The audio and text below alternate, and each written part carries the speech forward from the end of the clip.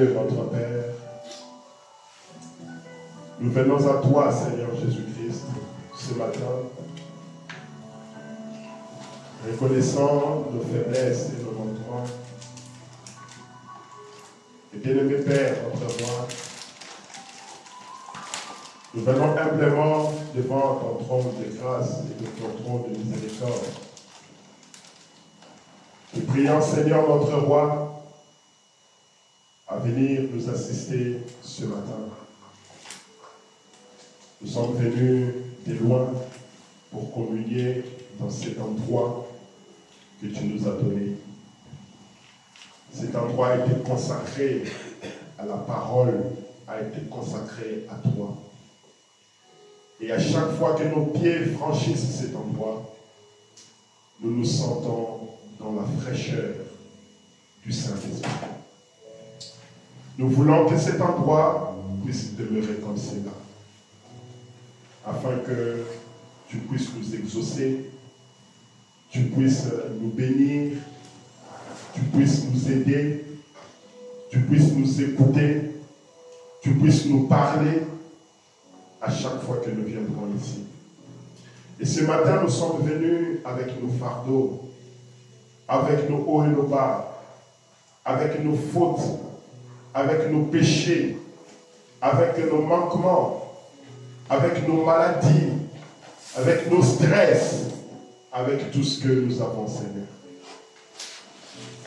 Mais nous croyons qu'à la fin de la réunion, nous ne sortirons pas tels que nous sommes venus. Nous sommes venus déposer tout cela sur ton trône de grâce, Seigneur. Afin que tu puisses nous décharger.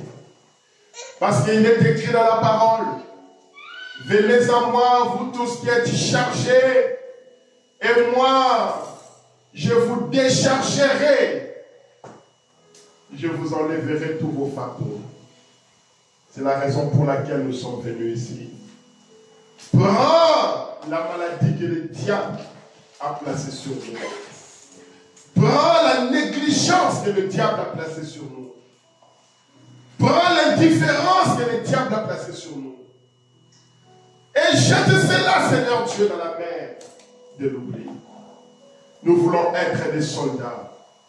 Nous voulons t'aimer, Seigneur notre Père. Et marcher avec ta parole. Vivre avec ta parole. Que le Saint-Esprit de Dieu descende sur nous. Nous voulons dire comme Élisée, ton âme est vivante. L'Éternel est vivant. Ton âme est vivante. Je ne t'ai pas donné réponse.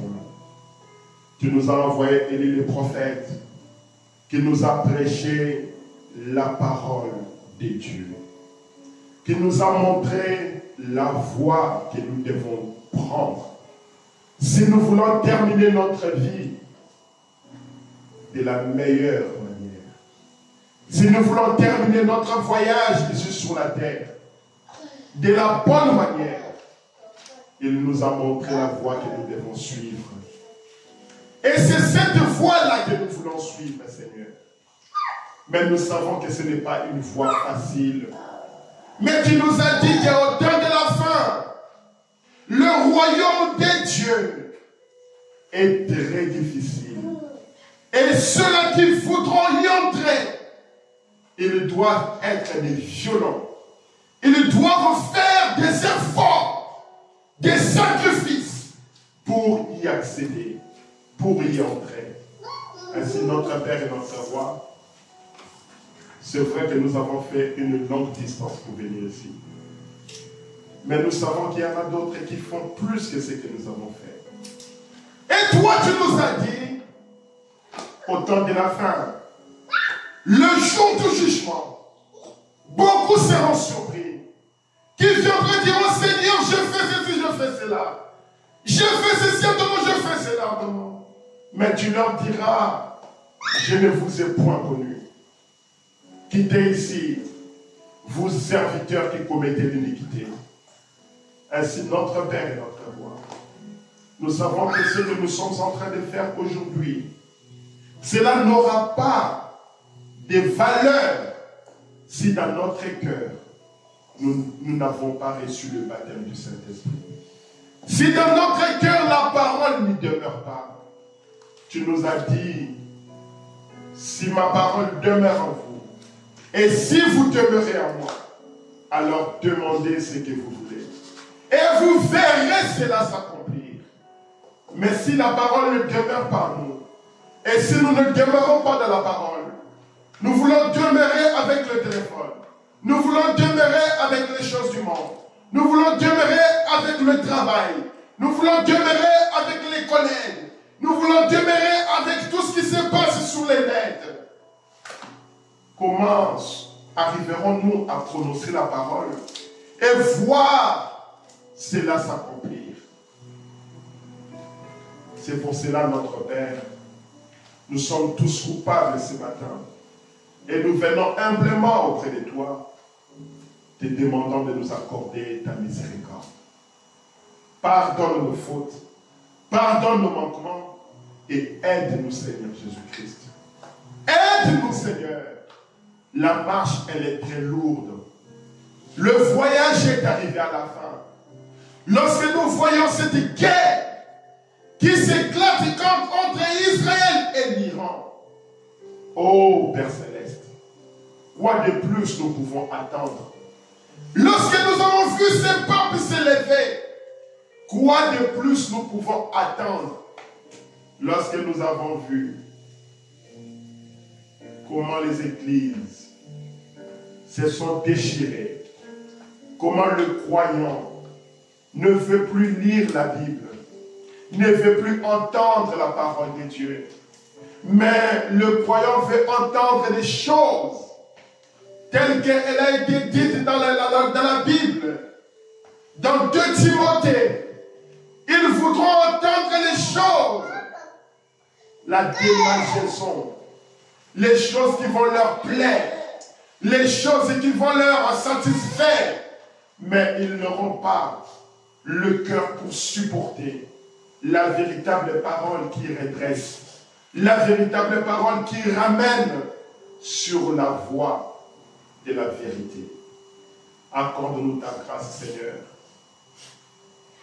Tu sais notre besoin, tu sais ce que nous voulons, tu sais ce que nous désirons, mais nous te le disons quand même, Seigneur, parce que tu nous as dit, invoquez-moi et je vous répondrai. Demandez et vous recevrez. C'est pour cela, notre Père et notre Roi, nous te prions de nous assister, de nous aider, de nous bénir, de nous accorder la force, de nous donner les moyens pour faire le trajet, de nous donner les moyens pour payer cet endroit, de nous donner les moyens pour aider tes enfants, Seigneur. Il y a beaucoup de besoins, notre Père. Et comme cet homme de Dieu m'a dit, c'est son œuvre, c'est l'œuvre du Seigneur. Il ne t'abandonnera pas. Cela m'a fortifié mon cœur. Cela m'a encouragé, Seigneur. Ainsi, notre Père et notre Roi, nous croyons que tout ce que nous avons demandé dans la prière, nous allons voir cela s'accomplir. Que ton nom soit béni. Au nom de Jésus-Christ. Amen. Amen. Nous allons nous lever et nous allons entrer dans la parole. Elle est partie. Jérémie 33. Nous allons peut-être de vous. Jérémie chapitre 33. Nous allons lire du 1er jusqu'au verset 3.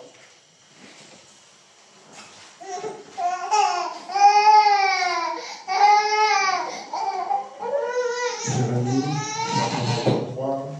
La parole de l'Éternel fut adressée à Jérémie une seconde fois en ce moment pendant qu'il était encore enfermé dans la cour de la prison. Ainsi parle l'Éternel qui fait ces choses. L'Éternel qui les conçoit et les exécute. Lui dont le nom est l'Éternel. Invoque-moi et je te répondrai. Je t'annoncerai les grandes choses, des choses cachées que tu ne connais point. Merci beaucoup. Vous pouvez vous asseoir.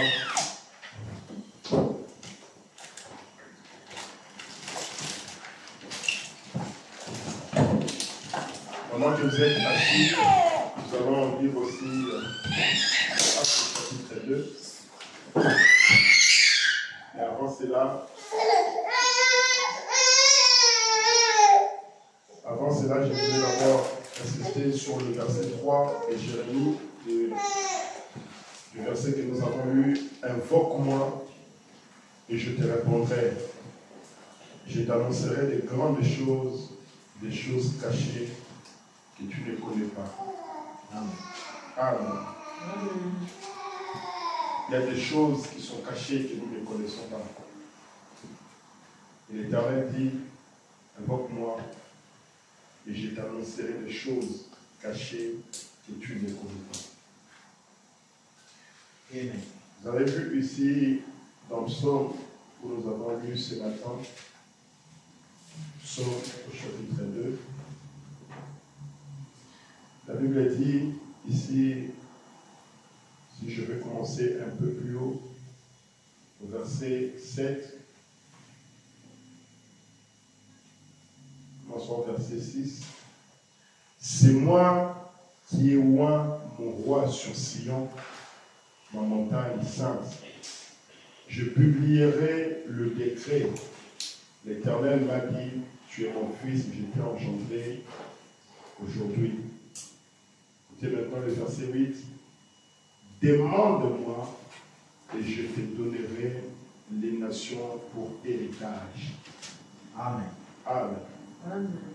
Demande-moi et je te donnerai. L'Éternel veut que nous puissions lui invoquer. L'Éternel veut que nous puissions lui demander. Vous avez vu, la semaine dernière, le dimanche passé, nous avons parlé sur continue ta marche vers le baptême du Saint-Esprit.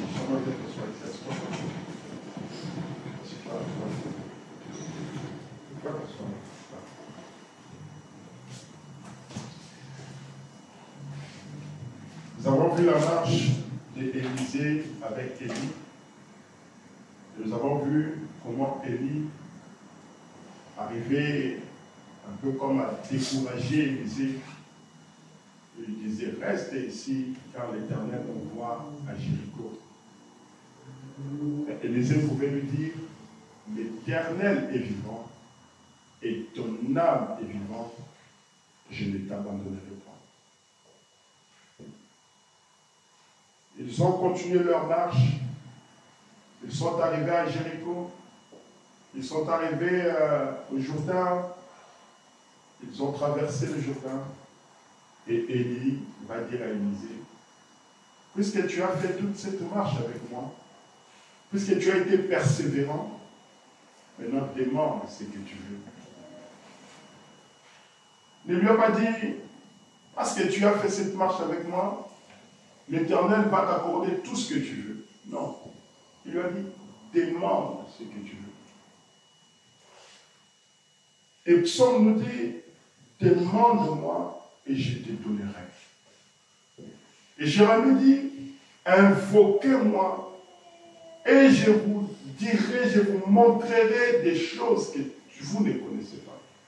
Amen. Mon petit sujet ce matin, je voulais parler sur les préparatifs du voyage. Nous sommes au temps de la fin et nous sommes vraiment au temps de la fin. Tout ce que nous sommes en train de voir, ce sont les derniers signaux pour le départ de l'épouse. Pour le départ. Alors, je voudrais vous prendre un peu dans un petit exemple. Si vous voulez, comme nous sommes venus ici à Cherbourg, nous avons quitté Avranches, nous sommes passés par Saint-Lô, nous sommes rentrés à Marigny et nous sommes arrivés à Cherbourg. Il nous a fallu un temps. Il vous a fallu à vous un temps. de se lever, de s'apprêter, de prendre une douche, de repasser les habits et de porter les habits, d'attendre la voiture, de rentrer dans la voiture, de démarrer et de commencer le voyage. Entre les temps où il faut se lever, s'apprêter, se préparer, et le temps où nous sommes arrivés ici, nous avons commencé la réunion, il s'est passé un temps de préparation. Il s'est passé un temps de préparation, un temps qui est très important. Parce que si nous pouvions venir ici avec nos pyjamas, avec nos têtes comme nous nous sommes réveillés, mais on va se dire, mais ces gens-là, ils sont bizarres. Mais ce temps que nous avons pris, de s'apprêter, de se préparer, c'est ça qui fait que lorsque nous sommes venus ici, nous sommes tranquilles. Nous sommes dans un moment paisible. Nous sommes dans une attente au Seigneur. Et ce moment-là de préparation, c'est un moment très important. Et c'est là où nous sommes arrivés. Le train est déjà en marche. Mais seulement le train n'est pas encore arrivé à notre quai. Mais quand le train arrivera à notre quai, est-ce que nous serons à la gare? Ou nous serons prêts pour monter? Ou nous ne serons pas prêts? On nous dit dans l'ange de Dieu, l'ange et sa commission, au paragraphe 23, où il a prêché le 2 novembre 1947, il dit, si je viens ici à Phoenix, en tant que prophète, et que je n'accomplis pas les œuvres d'un prophète, alors ne me croyez pas. Amen.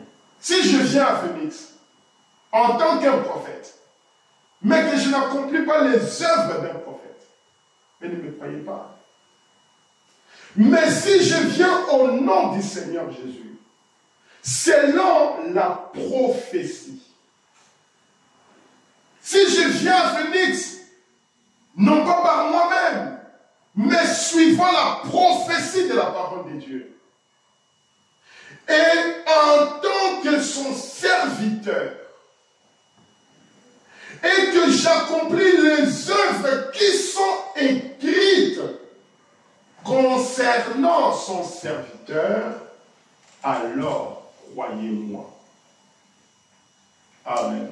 Amen. Si je viens comme un prophète, si je viens comme son serviteur, et que j'accomplis les œuvres qui ont été promises selon la prophétie, alors croyez-moi. Vous allez voir dans Jean 6, Jésus a eu le même problème avec les gens de son époque.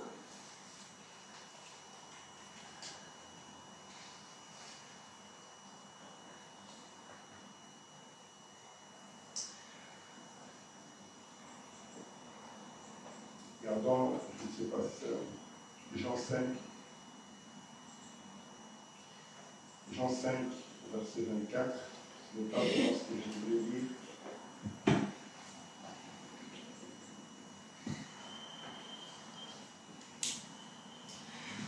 Et il dit,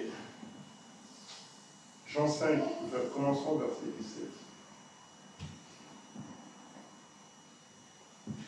Mais Jésus leur répondit, mon Père agit, jusqu'à présent, moi aussi j'agis. Amen. À cause de cela, les Juifs cherchaient encore plus à le faire mourir. Non seulement parce qu'il violait le sabbat, mais parce qu'il appelait Dieu son propre Père, se faisant lui-même égal à Dieu. Mais il devait accomplir les œuvres pour lesquelles il était envoyé. Pourquoi ces gens ne les comprenaient-ils pas? Déjà, tu fais des œuvres le jour du sabbat. En plus, tu te dis que tu es le fils du Père. nous sommes les fils du diable. Pourquoi ce serait que toi qui sois le fils du Père? Et en plus, tu dis que tu es égal à Dieu. Il va dire au verset 24.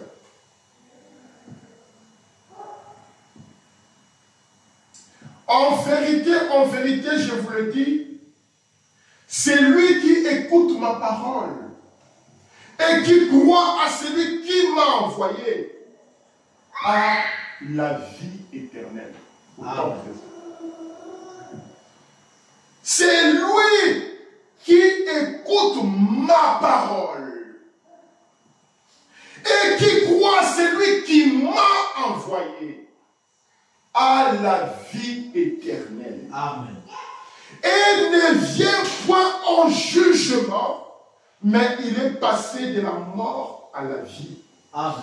En vérité, je vous le dis, l'heure vient et elle est déjà venue où les morts entendront la voix du Fils de Dieu et ceux qui l'auront entendu vivront. Amen. Amen. Amen. L'heure vient où même si tu es mort dans le péché, mort dans les tourments, mort dans les choses du monde, mais si tu écoutes la voix de Dieu, tu vivras. Amen. Tu seras ressuscité. Élisée va regarder Élie. Il va dire, ton âme est vivante. Tu n'es pas quelqu'un mort. Mais je vois en toi Dieu. Le Dieu vivant vient en toi. Et ton âme vit. Je ne t'abandonnerai pas. Amen. Je ne te quitterai pas. Jésus qui va dire, c'est lui qui écoute ma parole et qui croit en celui qui m'a envoyé à la vie éternelle. Et il est passé de la mort à la vie. Comment on va dire, si je n'accomplis pas mes œuvres, comme en tant qu'un serviteur de Dieu, selon la prophétie, alors ne me croyez pas. Mais si j'accomplis, alors croyez-moi. Frère Madame va nous demander, les ferez-vous? Est-ce que nous allons croire à Frère Madame? Amen. Il dit, si les sourds n'entendent pas, les muets ne parlent pas, les aveugles ne voient pas, les estropiés ne marchent pas, si les prophéties ne sont pas données sur le péché des gens, et que vos péchés de l'enfance, le péché que vous avez commis depuis l'enfance, le péché que j'ai commis depuis que j'étais bébé, ne sont pas dévoilés, alors croyez que cet ange qui est venu vers moi est un imposteur. Et que moi aussi, je suis un imposteur. Quelle déclaration! Si les estropiés ne marchent pas, si les aveugles ne voient pas, si vos péchés ne sont pas dévoilés, alors croyez que l'ange pour lequel je vous ai toujours dit, il est venu vers moi, il est venu vers moi, croyez que c'est un imposteur, et croyez que moi aussi je suis un imposteur. Mais si les morts ressuscitent, si les aveugles voient, si les estropiés marchent, si les malades sont guéris, et s'il y a le discernement de vos pensées, croyez que je suis l'ange du Seigneur. Il dit, mais si cela se manifeste ici sur l'estrade devant vous, croyez cela et repentez-vous de vos péchés et de votre incrédulité. Amen. Car l'heure de sa visitation est proche. Amen. Amen. Amen. Nous sommes arrivés à la fin de la route. Nous sommes arrivés au bout du chemin. Nous sommes arrivés à la fin de toutes choses. La Bible nous avait dit dans Malachie chapitre 4 qu'il va envoyer Élie le prophète pour nous ramener à la foi du Père. ces jours-là, avant que le jour de l'Éternel arrive, le jour grand et redoutable, où tous les pécheurs deviendront comme du chaume. Si vous voyez la guerre qui se passe entre Israël et l'Iran en ce moment, vous allez voir les missiles balistiques qui sont en train de pleuvoir sur Israël. Malgré les tombes de fer, les armes antimissiles qui sont là, qui neutralisent certains missiles.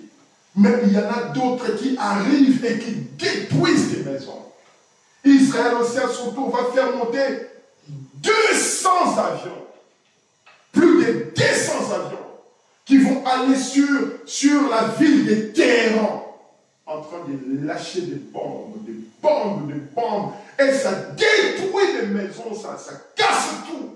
Une ville qui était belle, avec des grandes tours, à un moment donné, dans quelques minutes, la ville est déformée. Les grands tours se sont affaissés. Les gens qui étaient en train de manger, les gens, ils se retrouvent les assiettes cassées, les maisons cassées, ils ne savent plus quoi faire. Amen. Des grands scientifiques, des très grands hommes qui étaient en train de travailler sur le nucléaire pour arriver à construire, à fabriquer une bombe nucléaire pour lancer sur Israël. Ils étaient là en train de faire autre chose. Subitement, pouf, ils entendent qu'ils ne sont plus là. Ils ont été tués. Des grands hommes puissants, des généraux, des scientifiques. D'un moment à l'autre, ils ne sont plus. Une bombe comme ça qui descend sur vous, boum, ça vous rend nul, rien.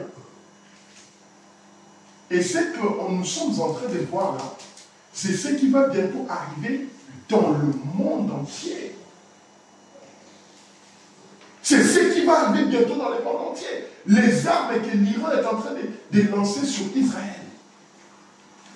Comparativement aux armes que les Russes ont, ou aux armes que les États-Unis ont. Ça ce n'est rien, c'est des jouets.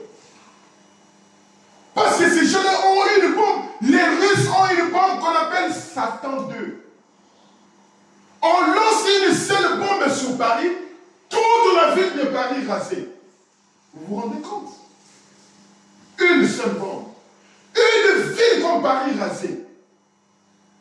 Mais maintenant, ils ont des milliers et des milliers de bombes comme celle-là. Comme on a dit, lorsque le monde va exploser, il dit, nous allons voir le monde devenir comme nous regardons le soleil. Vous voyez, quand on regarde le soleil, c'est lumineux, c'est éclairé. On ne peut même pas regarder longtemps le soleil. Il dit, c'est comme ça que quand ce monde va exploser, ça va faire l'éclairage comme ça.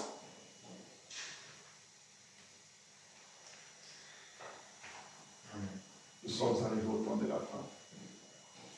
Le prophète est venu pour nous aider à ne pas être pris dans le piège, à ne pas être détruit comme les restes du monde.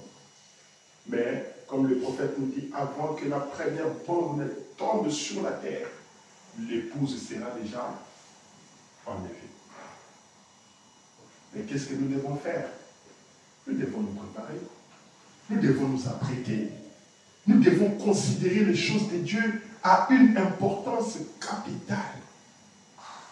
Hier, je suis allé voir le pasteur.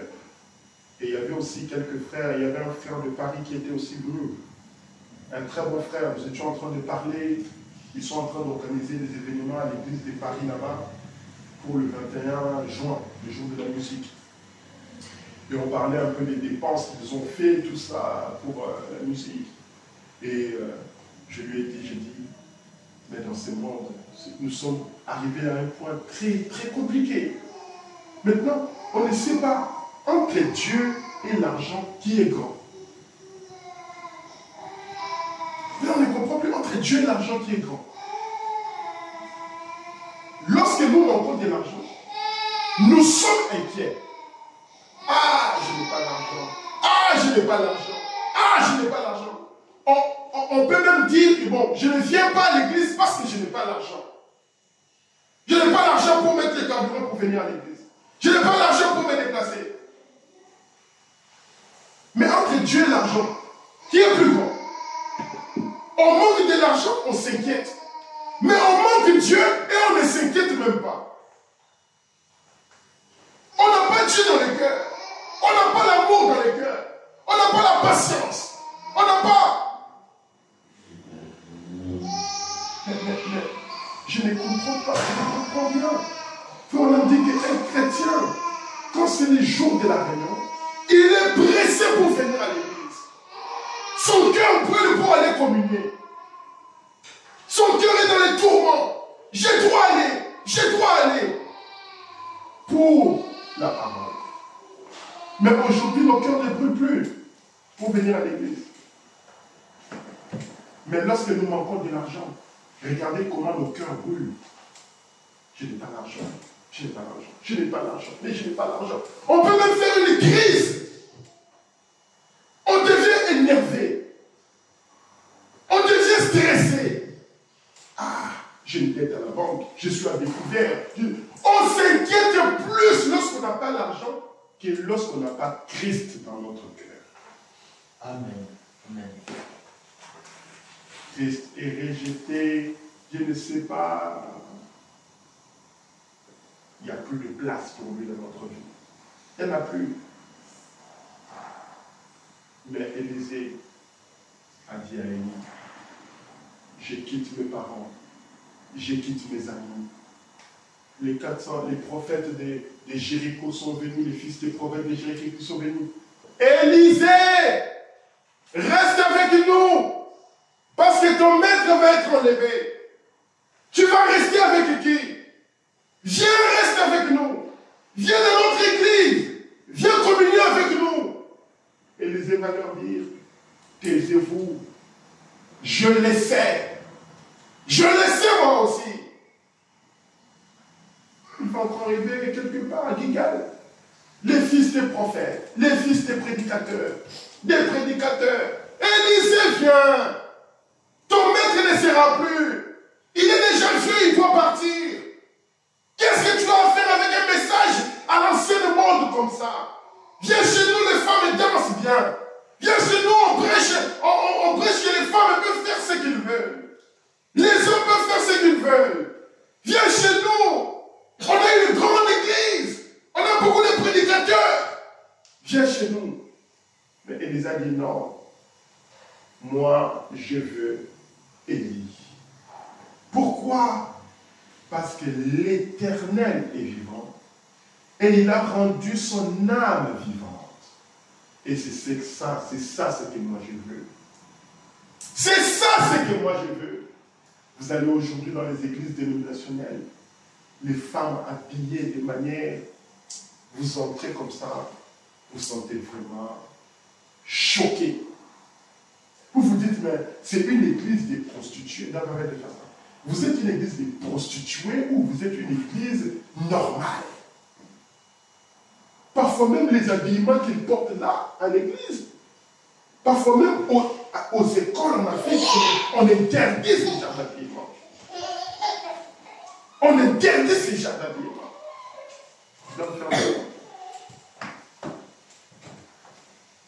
À l'école là-bas en Afrique, quand les filles venaient avec une certaine jupe, peut-être en cours ici, hein, avec une fente, on leur disait, rentrez chez vous, allez mettre une bonne jupe.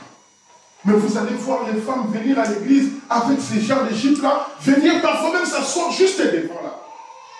Alléluia, Amen, Alléluia, Amen. On va prier.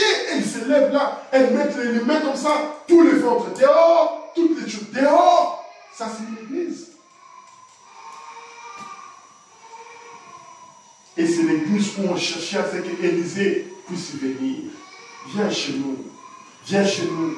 Mais Élisée a regardé et dit non. J'ai vu en cet homme l'Éternel. Et c'est lui que je veux. Son âme est vivante. L'Éternel est vivant. Je veux la même expérience que toi. Je veux la même expérience que toi. Si nous pouvons, nous aussi, avoir le même désir de la parole. Ne regardons pas simplement aux choses du monde. Ne regardons pas simplement à ce qui se passe aujourd'hui. Le diable, il sait très bien que pour nous détourner de la parole de Dieu, il n'a qu'à mettre notre partie financière en difficulté. Il n'a qu'à mettre cette partie-là en difficulté. Et dès qu'on n'a pas l'argent, on commence à s'inquiéter. Mais regardez, la Bible nous dit, invoquez-moi, demandez-moi, et moi, je vous donnerai.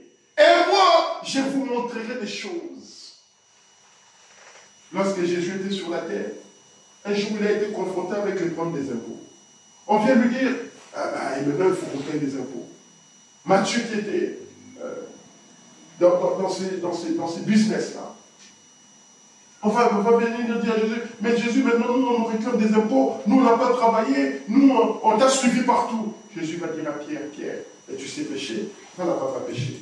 Il va pêcher, il croyait peut-être que non, je vais prendre beaucoup de poissons, et après, je vais aller vendre, après, je vais avoir l'argent pour venir payer l'impôt. Non! Il va pêcher juste un poisson. Amen. Amen. Juste un poisson. Et c'est dans ce poisson-là qu'il y avait l'argent nécessaire pour payer l'impôt.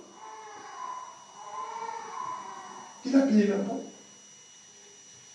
Notre Dieu, il est capable de nous donner ce dont nous avons besoin pour que nous puissions venir adorer ici. Amen. Le diable, il veut nous montrer que nous n'avons pas les moyens financiers pour continuer à adorer. Donc nous devons arrêter. Non. À un moment donné, lorsque les enfants d'Israël, les 3 Hébreux, Shadrach, Meshach et Abednego, ils ont été confrontés à un problème sérieux. On a dit, bon, on a remarqué que ces Juifs-là, ils ne les adorent pas comme nous. Alors ils sont les travailleurs du roi, ils vont aller un peu influencer les rois, ils vont dire non, il faut que tu crées une statue de Daniel. Comme Daniel, c'est un grand monsieur, il faut que tu crées une statue de Daniel, afin que tu puisses amener tout le monde à venir adorer la statue de Daniel. C'est un homme saint, c'est un prophète. Donc normalement, tout le monde devrait l'adorer. Mais Shadrach et Meshach et Abednego, ils ont dit, nous n'adorerons pas la statue du roi. Alors on va dire au roi, mais nous avons remarqué qu'il y a trois Hébreux là. Vous pensez qu'à Babylone, il n'y avait que ces 3 Hébreux? On dit non. Il y en avait beaucoup. Parce qu'ils ont été déportés.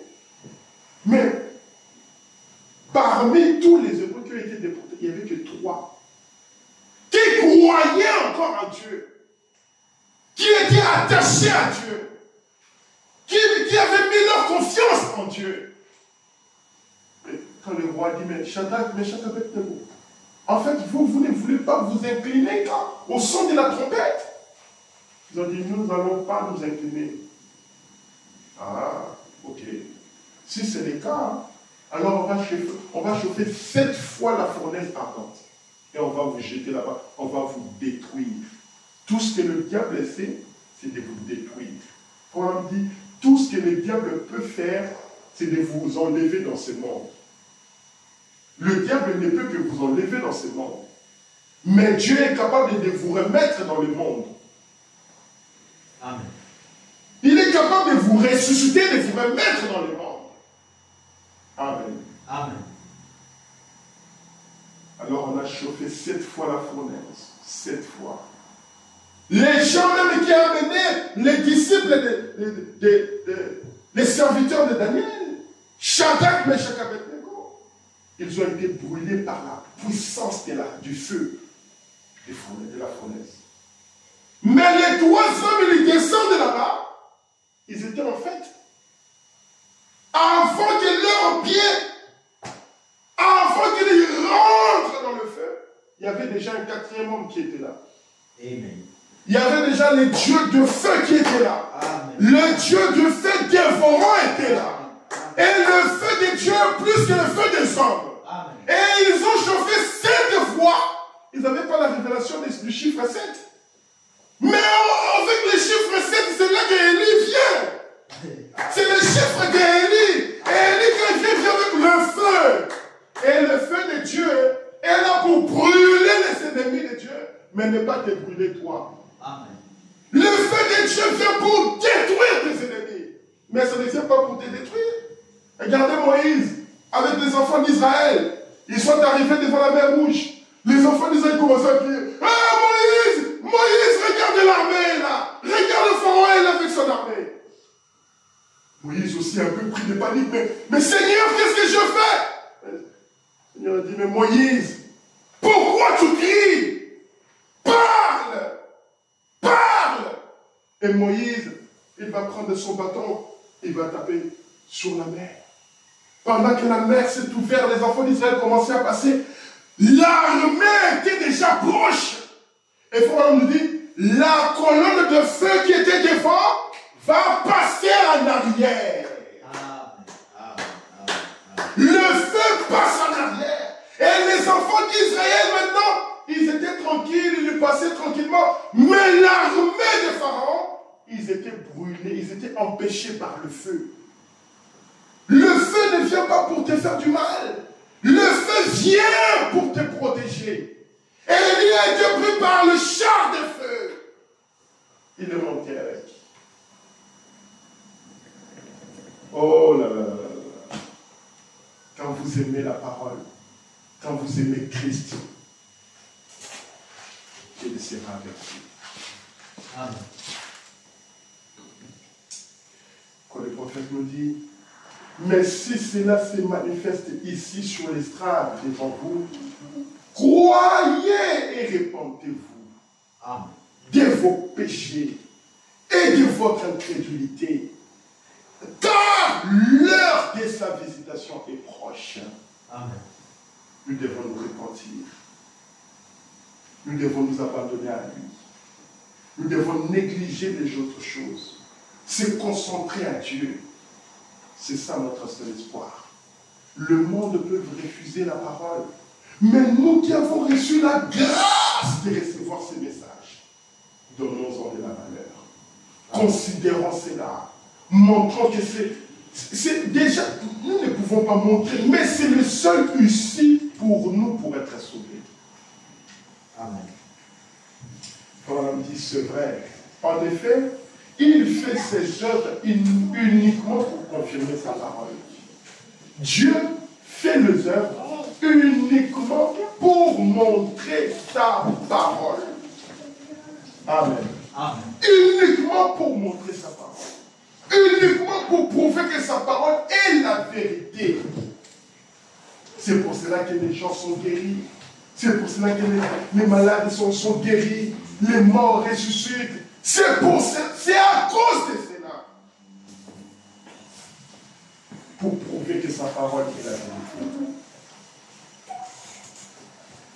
Paul dit, écoutez, de toute façon, avant que tout jugement soit envoyé sur la terre,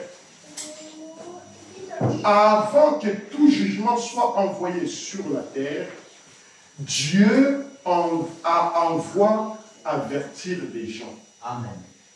Avant que les jugements tombent sur la terre, Dieu envoie d'abord l'avertissement. D'abord, il vous avertit. Paul dit, c'est vrai. Il dit, et mes amis, écoutez ma parole. Il dit, écoutez ma parole. Si c'est un rapport avec Dieu, écoutez ma parole si c'est un rapport avec Dieu. Un prédicateur vient ici, il prêche la parole. Si c'est un rapport avec Dieu, écoutez cela. S'il répète ce que la parole a dit, écoutez cela. Mais s'il vient ici parlant du racontage, n'écoutez pas. Amen. Paul dit, écoutez maintenant, faites attention à ça. Faites attention, écoutez. L'un des plus grands jugements qui ait jamais frappé toute la terre est en route. L'un des plus grands jugements qui n'ait jamais frappé toute la terre est en route. Amen. Vous savez, quand Jésus était sur la terre, il a pleuré sur Jérusalem.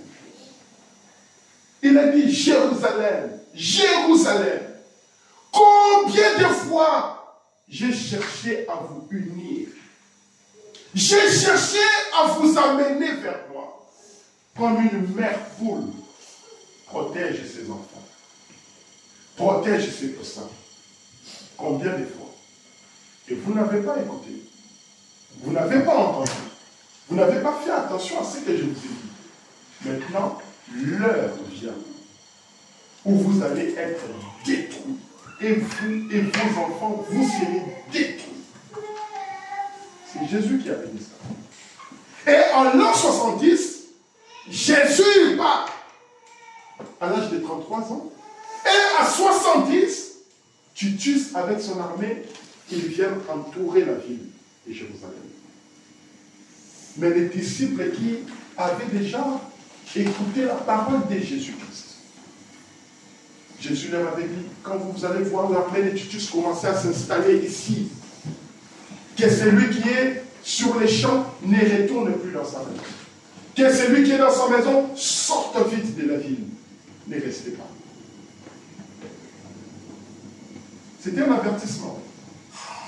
Nous sommes dans le préparatif des voyages. Si on vous a dit que le train arrive à 11h30, vous n'allez pas être au quai à 11h30. Vous allez être au quai à 11h25, 11h20, si vous avez beaucoup de valises, pour que, quand le train va venir, que nous ne puissions pas être en retard. Mais si je viens à 11h30, je ne sais pas, est-ce que le train est déjà passé? Est-ce que vous ne serez pas tranquille? Vous ne serez pas prêt, vous serez agité. Pourquoi? Parce que vous arrivez en retard. Amen. Mais quand on vous dit le train va passer à 11h30, vous allez déjà vous allez commencer déjà dès le matin à vous apprêter, vous allez vous lever très tôt. Prête-moi ça, arrange-moi ça. Les valises, les gens peuvent même faire la veille, même une semaine. Comme il y avait un frère qui m'avait dit, lorsqu'on devait quitter le Congo et venir ici, j'ai dit à ma femme, 2 semaines avant, commence à faire les valises, nous allons voyager. Mais, jusqu'à la veille, le jour même du voyage, les valises n'étaient pas encore faites. Il dit, maintenant on était pressés, on devait prendre ça. Et vous savez bien le trafic au Congo là-bas. Donc, on allait perdre le vol. Pourquoi? On n'a pas eu le temps de s'apprêter. On n'a pas eu le temps de se préparer. On n'a pas eu le temps de se dire que non, nous allons être en retard. Préparons-nous. On n'a pas eu le temps là.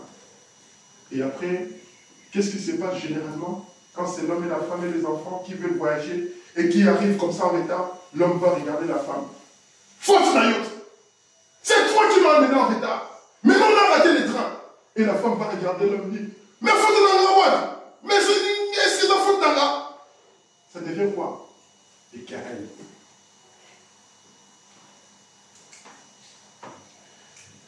Le prophète nous dit, l'un des plus grands jugements qui ait jamais frappé la terre est sur la route.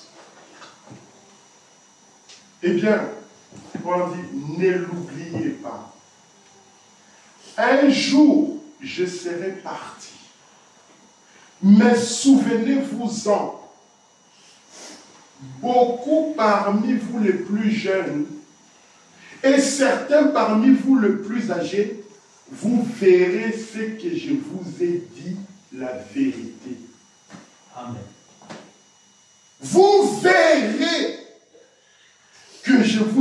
la vérité, c'est vrai.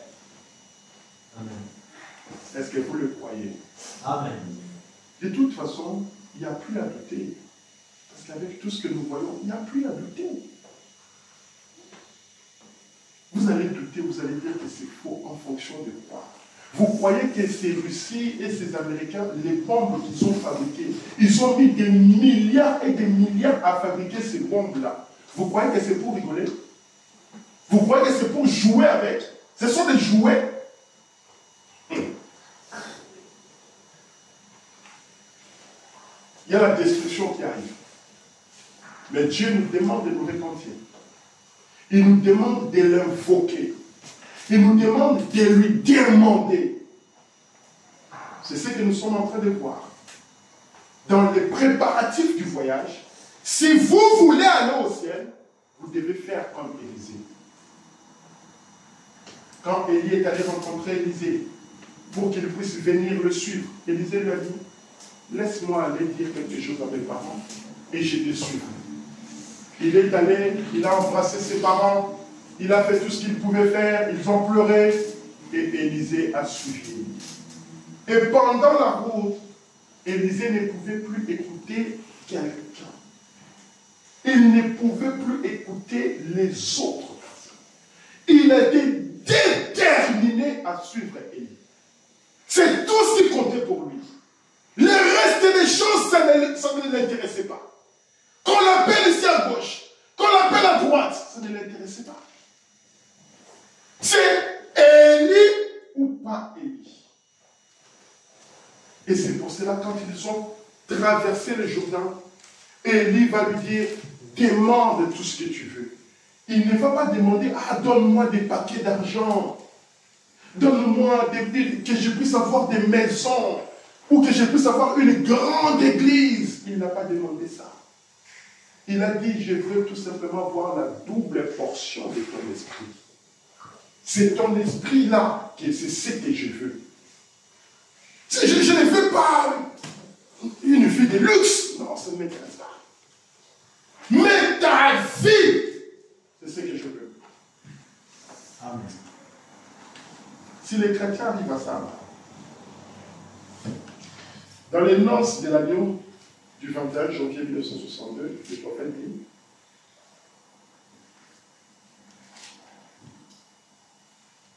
il avait lu dans Apocalypse 19, je vais directement commencer ici au verset 27, il dit, et nous savons que ceux qui formeront cette épouse, donc il parlait, il dit, un peu plus haut, il dit, nous savons qu'il y aura une épouse, et qu'il y aura un souper de noces qui sera servi au ciel. Dans Apocalypse chapitre 19, c'est là qu'il avait lu. Il dit, nous savons qu'il y aura une épouse et qu'il y aura un souper de noces qui sera servi au ciel. Cela aura lieu aussi sûr que Dieu existe, car c'est la parole de Dieu. Amen. Et nous savons que ceux qui formeront cette épouse seront son église. Et qu'ils apparaîtront devant lui, donc l'église, cette église-là qui aura le souper des noces avec Christ au ciel. Le prophète nous dit, ils apparaîtront devant lui sans tache et ni ride. Amen. Amen. L'épouse qui sera avec Christ dans le souper, il va être une épouse qui sera sans tache ni ride. Et voilà, on dit que cette épouse-là, nous savons que c'est l'Église.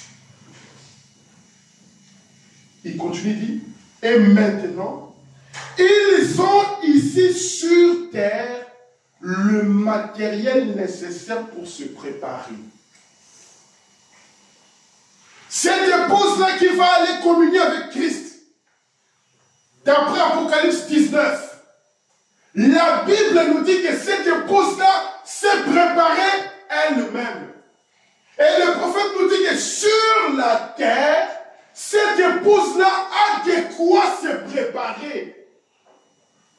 Il a les éléments nécessaires pour se préparer, pour s'apprêter à rencontrer Christ. Parce qu'il doit être sans tache ni ride, propre.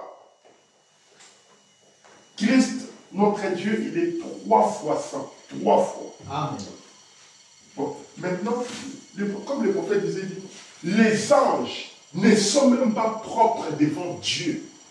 C'est pour cela qu'ils s'inclinent comme ça. Il crie Saint, Saint, Saint, et l'Éternel des armées. Bon, maintenant, toi et moi, si l'ange de l'Éternel, qui n'a jamais péché, il crie Saint, Saint, Saint 3 fois, qu'en est-il de toi et moi? Maintenant, le prophète nous dit, il y aura une épouse. Cette épouse-là sera sans tache ni ride. Et c'est cette épouse-là qui va rencontrer Christ. Mais pour devenir l'épouse de Christ, pour arriver à cette condition de sans tache ni ride, il y a sur la terre les matériaux nécessaires pour te rendre comme cela. C'est comme si vous aviez une maison qui est délabrée, une maison qui est abandonnée. Vous arrivez là-bas, on vous dit, madame, monsieur, on vous a donné les papiers, maintenant voilà la maison, on vous donne cette maison pour aller y habiter. Ah, mais une maison délabrée comme ça. Mais qu'est-ce que nous allons en faire? On va vous dire, ici en France, il y a tous les matériaux nécessaires pour rendre cette maison propre. Vous allez faire quoi? Vous allez appeler les maçons. Vous allez appeler les gens qui travaillent la peinture, l'électricité. Vous allez les appeler, vous allez dire, messieurs, pour arranger cette maison, ça va coûter combien? Et ils vont vous faire un devis. Bon, pour qu'on puisse réparer la maison, on doit enlever ça, après on va mettre le capot, on va mettre je ne sais pas quoi, après on va mettre la peinture, on va vous mettre l'électricité ici. Oui, bon, ça va coûter dans les 45 000 €. Tout ce que vous avez à faire, c'est mettre 45 000 € sur la table. Et maintenant, eux, ils vont aller chercher les matériaux nécessaires pour venir travailler.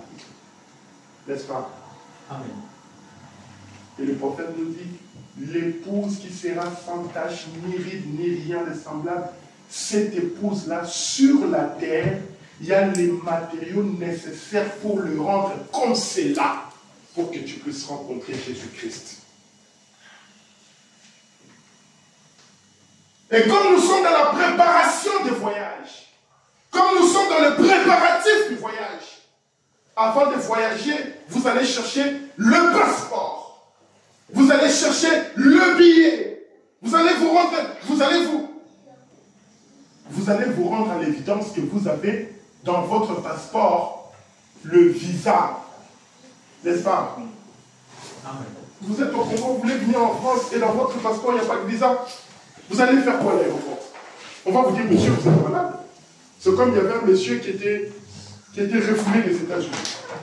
Il avait passé, je ne sais pas, 35 ans aux États-Unis et on l'avait refoulé parce que je crois qu'il avait tapé sa femme, quelque chose comme ça. Et maintenant, il avait perdu un peu la tête, il était devenu un fou. Et comme il parlait très bien anglais, il s'est retrouvé à la poubelle, tout le monde l'appelait Américain, Américain. Un jour, on le voit avec une valise qu'il avait ramassée à la poubelle. Il parlait l'anglais, il s'en allait. On lui dit Américain, mais où est-ce que tu vas?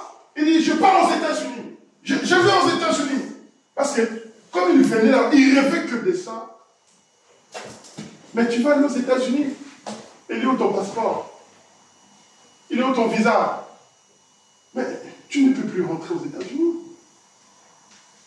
Et dans ta valise, il n'y a rien. C'est comme ça que beaucoup de chrétiens pensent aller au ciel comme ça.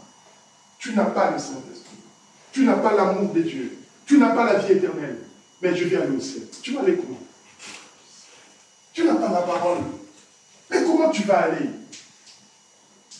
Même si tu viens, tu cries au Seigneur, Seigneur. Mais si tu n'as pas la vie éternelle, comment tu vas faire?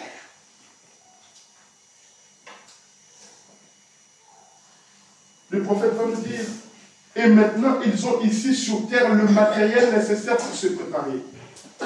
Il dit, Si vous remarquez bien, il est dit, elle s'est elle-même préparée.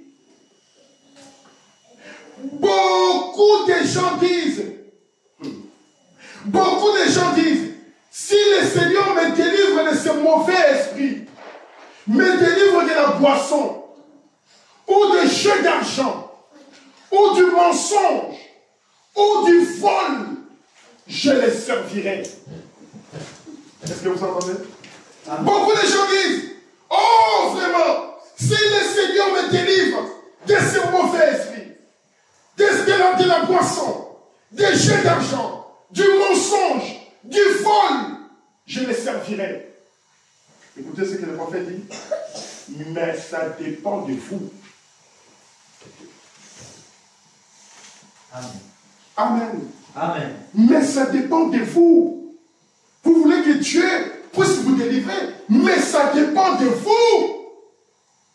C'est pour cela que Jérémie dit, invoquez-moi et je vous montrerai des choses cachées. Amen. Demandez-moi et je vous donnerai toute la terre. Toi, tu ne pries pas, tu ne demandes pas, tu n'as pas la parole. Et comment tu veux y arriver, mon ami? Comment tu veux y arriver? Paul dit, mais cela dépend de vous. Il dit, vous devez aussi faire quelque chose. Ceux qui vaincront hériteront tout. Amen. Ceux qui vaincront, Paul dit, ceux qui vaincront. Vous avez le pouvoir de faire cela. Mais vous devez avoir la volonté d'abandonner. Amen. Amen. Vous devez avoir la volonté de laisser. Je suis un voleur. Je ne peux pas voir quelque chose qui n'est pas volé. Mais si je n'ai pas en moi la volonté de laisser le vol, on va m'attraper aujourd'hui, on va me mettre en prison. Monsieur, pardonnez-moi, je ne veux plus voler. Excusez-moi, vraiment, si je sors, c'est fini, je ne vois plus. Ok. On dit, monsieur, tu nous as fait un serment. Maintenant, tu sors en prison. Tu sors en prison. La première des choses, tu vas rencontrer tes amis. Mon ami, je suis sorti de la prison. Mais ces gens-là, tu sais. Et le soir même, vous y entrez encore. C'est parce que tu le veux. C'est parce que toi-même tu le veux.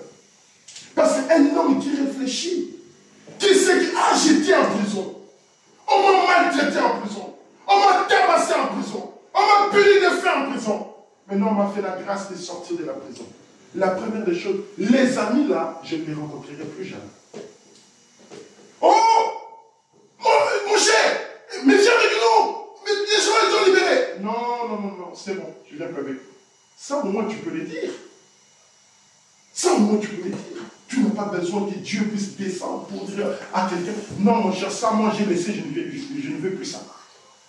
Et on dit, il faut avoir la volonté d'abandonner. Quand on te montre quelque chose dans la Bible, on te montre quelque chose dans la parole, mais on ne va pas venir te forcer de déchirer en deux pour que tu fasses cela. Il faut avoir quand même la volonté de le faire. La volonté. Et cette volonté-là, vous ne pouvez la voir que si vous aimez la chose. Si vous aimez l'école, vous vous réveillerez le matin et vous irez à l'école. Si vous aimez les études, vous rentrerez chez vous, vous vous mettrez à réviser. Si vous aimez même un prof, vous travaillerez beaucoup sa matière pour l'épater. Comme ça, il dira que, donc j'ai fait bien mon cours, il y a quand même des enfants qui comprennent ma leçon. Il va être content. Si vous aimez votre maman, si vous aimez votre papa, si vous aimez votre frère, votre soeur, vous ferez des choses pour le plaire. Vous savez, Ésaü aimait beaucoup son papa. À chaque fois, il sortait là-bas, il trouvait un gibier, il l'amenait, il faisait à manger pour son papa. Mais il n'aimait pas beaucoup son Dieu. Il n'aimait pas beaucoup son Dieu. Ce qui a fait que, un jour, son frère Jacob va lui dire, bah, tu sais, moi je veux ton droit d'aînesse là. Toi, tu étais parti, tu as travaillé, tu as chassé, oui. Mais si tu veux manger mon haricot, donne-moi ton droit d'aînesse. Et il a préféré vendre les droits d'aînesse pour les haricots. Il n'aimait pas beaucoup Dieu. Il n'aimait pas beaucoup rester dans la présence de Dieu. Et Jacob, lui, il restait beaucoup avec sa maman. Et la maman, c'est le type de l'église. Une femme dans la Bible, elle représente l'église. Jacob aimait rester avec sa maman, parler avec sa maman, discuter avec sa maman. Et sa maman va lui dire, si tu veux prendre le droit d'aînesse de ton frère, va, habille-toi comme ça, comme tu vois l'habit là d'Ésaü qui est un peu comme avec les poils là. Habille-toi, va chez ton papa. Il va te bénir. C'est sa maman qui lui a donné le secret. C'est la maman qui lui a donné la révélation qu'en ce moment, ton père, il veut bénir ton frère. Mais moi, je suis témoin que ton frère t'a vendu son droit d'aînesse à cause des haricots. Maintenant, puisqu'il te l'a vendu, toi vas prendre la bénédiction auprès de ton papa.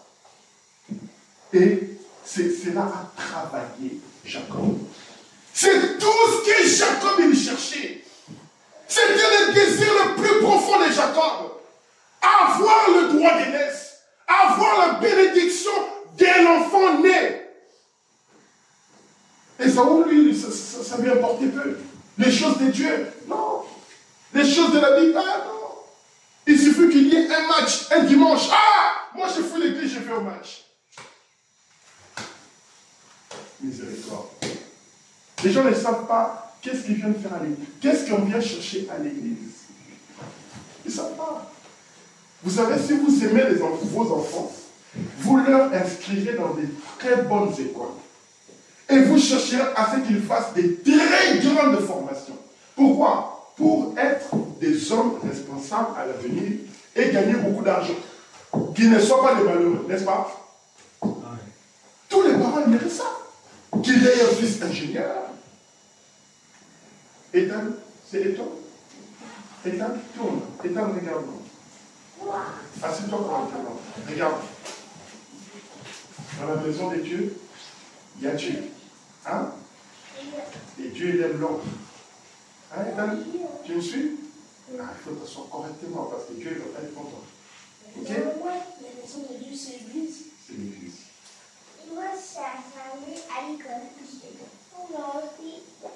Vous allez inscrire les enfants dans des grandes écoles pour qu'ils puissent avoir la meilleure éducation, la meilleure formation, afin que demain, ils puissent être des grands messieurs. C'est ça si vous aimez vos enfants. Et si vous aimez Dieu, parce que Dieu, il est au-dessus comme ça, très loin comme ça, des écoles et de tout ce que vous pouvez avoir sur la terre. Et les parents qui ont des moyens, c'est tout ce qu'ils cherchent, que les enfants puissent avoir ces formations-là. Mais si vous aimez vos enfants,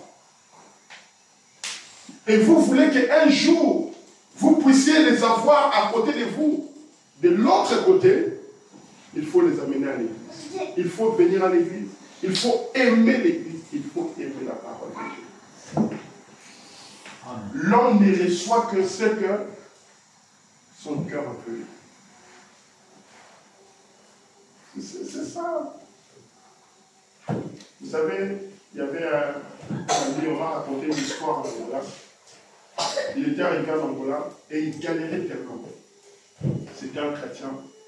Et il va dire à Dieu, Seigneur, moi j'ai lu ici dans ta Bible, dans Malachie chapitre 3, que si je paye ma dîme, si je paye mes offrandes, tu ouvriras les écluses des cieux et tu vas me bénir.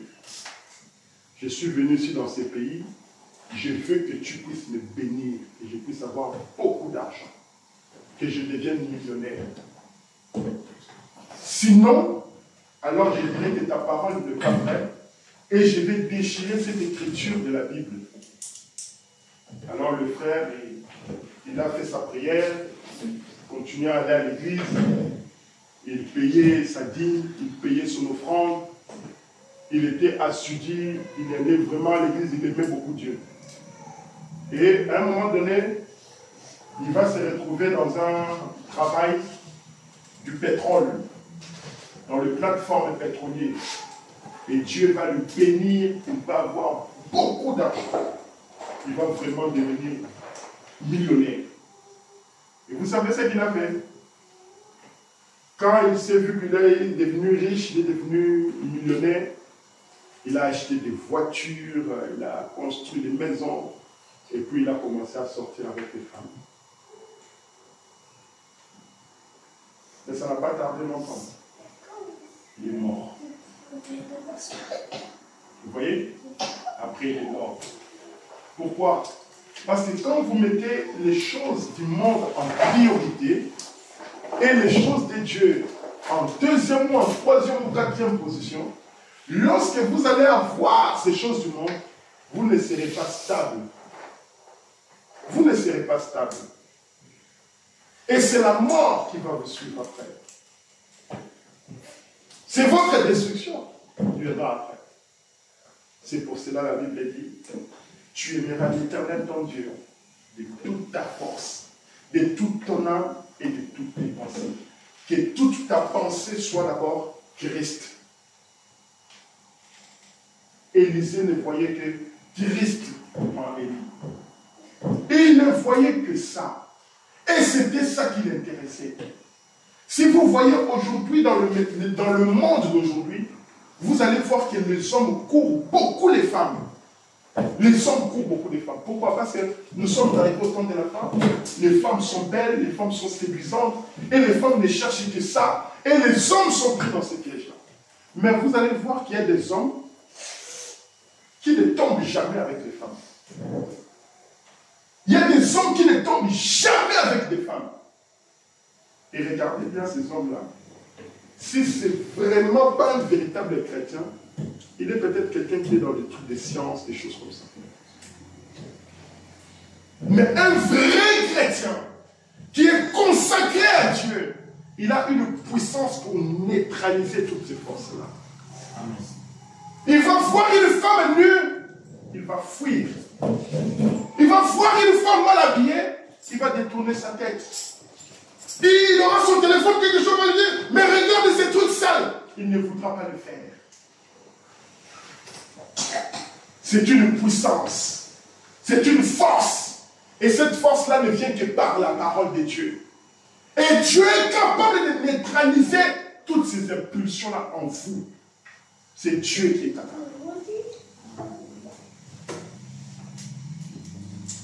Oh là là là, les chers amis. Vous avez le pouvoir de faire cela. Mais vous devez avoir la volonté d'abandonner. Vous voyez? Elle s'est elle-même préparée. L'épouse s'est elle-même préparée.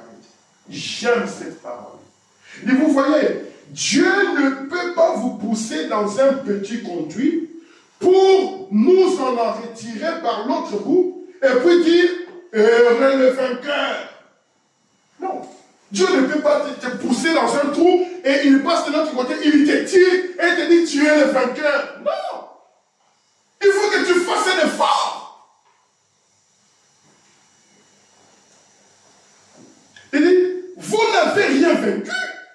Vous n'avez rien à vaincre. Il vous a tout simplement poussé d'un bout à l'autre. Mais vous devez décider. Je dois me décider moi-même. En faisant cela, nous montrons notre foi et notre respect envers Dieu. Amen. Amen. En faisant cela, nous montrons notre foi et notre respect envers Dieu. Tu es une femme mariée. Ton mari te dit, bon, reste à la maison et tu vas garder les enfants. Le mari va au travail, toi tu sors. Tu montres l'amour envers ton mari? Tu montres le respect envers ton mari? Non. Tu ne montres pas la considération envers ton mari. ne montre pas l'amour, le respect. Et c'est la même chose avec Dieu. Vous devez vous décider. Je dois me décider moi-même. En faisant cela, nous montrons notre foi et notre respect envers notre Dieu. Il avait été promis un enfant à Abraham. Mais celui-ci a dû garder cette promesse pendant 25 ans. Il a eu des hauts et des bas, ainsi que des tentations pendant ces 25 ans. Dieu va venir avant et dire, tu auras un fils. Abraham a gardé la foi, a gardé la parole. Pendant 25 ans, Abraham n'est pas venu. Ah, Seigneur, 25 ans aussi. S'il est l'eau, les peuples s'en là. Imaginons par exemple, je viens, je te dis, bon, on a dit, non, on fait 100 euros. Mais papa, ne veut pas que vous puissiez savoir, c'est là. Papa, ne veut pas que vous saviez, c'est là. 1 an, 2 ans, 3 ans, 25 ans. Tu vas dire quoi? Ah, papa, on a quoi, ça fait? Des fois, papa, mettant là, 25 ans. Mais c'est ce qu'Abraham a fait. Il croyait simplement que Dieu va me donner l'enfant. Dieu va me donner l'enfant. Dieu va me donner. Malgré son âge, Dieu va me donner l'enfant. 25 ans! Il croyait. Il persévérait. Il s'est accroché. Comme on dit. Mais il s'est accroché à la parole de la promesse. Il s'est accroché à la parole de la promesse. Il s'est attaché à la parole. Pourquoi on ne s'attache pas à la parole? Pourquoi aujourd'hui, quand on dit quelque chose à une personne, si cela va à l'encontre de ce qu'il y croit, il se fâche. Je ne fais pas ça. C'est la parole qui dit. C'est le message qui dit. Et c'est pour ton bien. Parce que tu vas te retrouver en enfer parce que tu n'as pas écouté. Tu vas te retrouver en enfer. Et ces jours-là, tu vas pleurer, tu vas crier, Dieu va dire, c'est trop tard. Vous savez, dans la Bible, il y avait un jeune homme qui était riche, qui était venu rencontrer Jésus. Jésus, que dois-je faire pour hériter la vie éternelle? Jésus va lui dire, tu dois arrêter de fumer, tu dois arrêter de boire, il faut que tu arrêtes de mentir, il faut que tu arrêtes de taper sur les gens, il faut que tu arrêtes de haïr les gens. Il dit, mais toutes ces choses-là, je l'ai déjà fait depuis que j'étais un enfant. Depuis que j'étais un enfant, j'ai respecté toutes ces lois-là. Tu ne tueras point, tu ne mentiras point, tu ne porteras pas les faux témoignages. Depuis mon enfance, je n'ai fait que ça. Mais dans mon cœur, il y a encore quelque chose qui me manque. Je sens qu'il y a encore quelque chose qui me manque. Jésus va lui dire, bon, maintenant, vends tout ce que tu as là, tous tes biens là, qui te retient. Parce que ton argent là te retient. Ton argent là te garde encore sous la pression. Tu as envie de bien faire, mais parce que tu as l'argent, tu fais mal. Alors, vends maintenant tout l'argent et viens, suis-moi. Parce que moi, je suis la vie. Je suis la parole. Abandonne toutes ces choses-là, ces distractions. Viens et suis-moi. Et quand tu me suivras, tu atteindras la chose que tu es en train de chercher. Il avait placé l'argent au-dessus de Dieu. Comme nombreux parmi nous, nous le faisons. Nous plaçons la famille au-dessus de Dieu. Nous plaçons les amis au-dessus de Dieu. Nous plaçons la fête au-dessus de Dieu. Nous plaçons le mariage au-dessus de Dieu. Oh. Dieu aime la première place. Il est au top. Et il aime la première place. Mais nous, nous les jetons là-bas. Dès qu'on a un mariage, hey, parce qu'il y a vraiment le face à cas qui disent des amotés. Comme ça, tout est mariage. Il y a personne qui s'ouvre, il y a prière.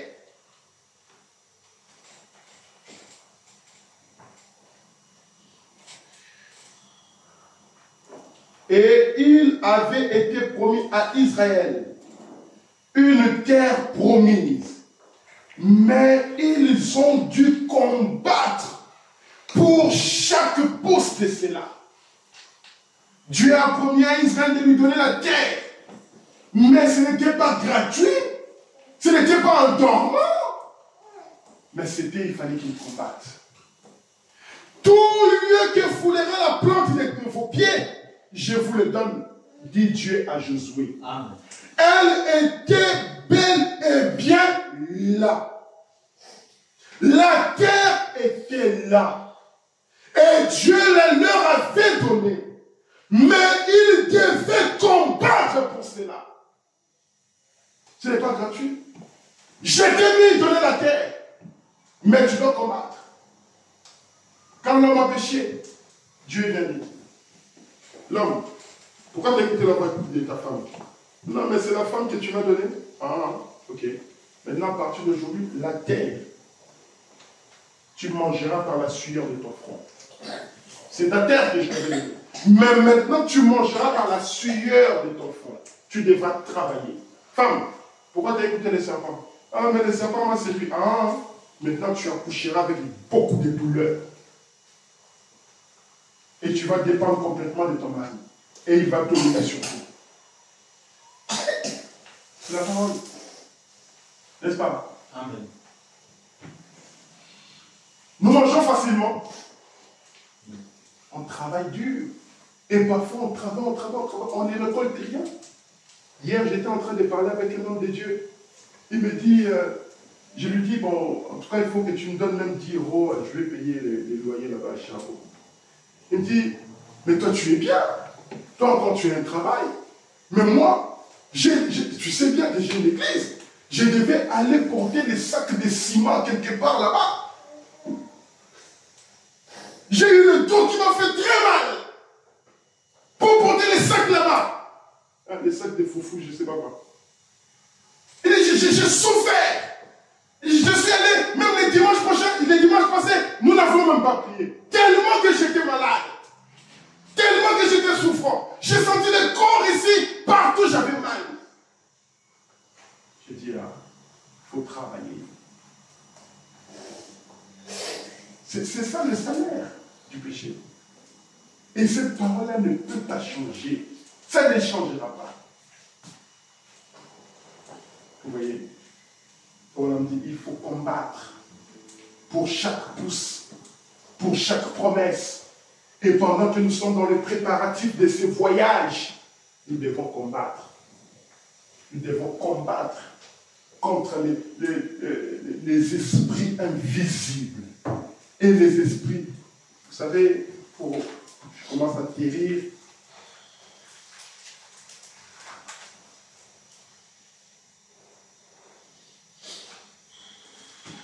Lisons un peu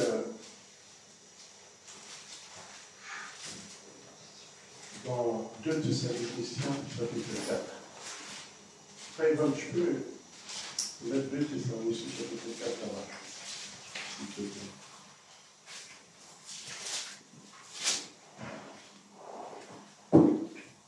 Non, 2 Timothée, pardon, je vais dire chapitre 3. 2 Timothée, chapitre 3. 2 Timothée, chapitre 3. Regardez un peu ce qui a été dit dans 2 Timothée, chapitre 3.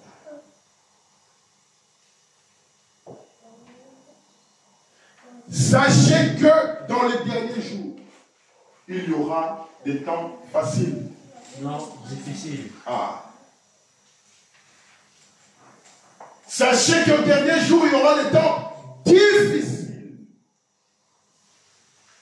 Ça ne sera pas facile. Ça sera difficile. Quand on dit difficile, c'est difficile. Quand la parole de Dieu dit c'est difficile, donc ça sera très difficile. Écoutez maintenant. Car les hommes seront égoïstes. La première des choses qu'on dit, l'égoïsme. Vous savez pourquoi les gens sont égoïstes? Parce qu'ils ont envie d'être bien mieux que les autres.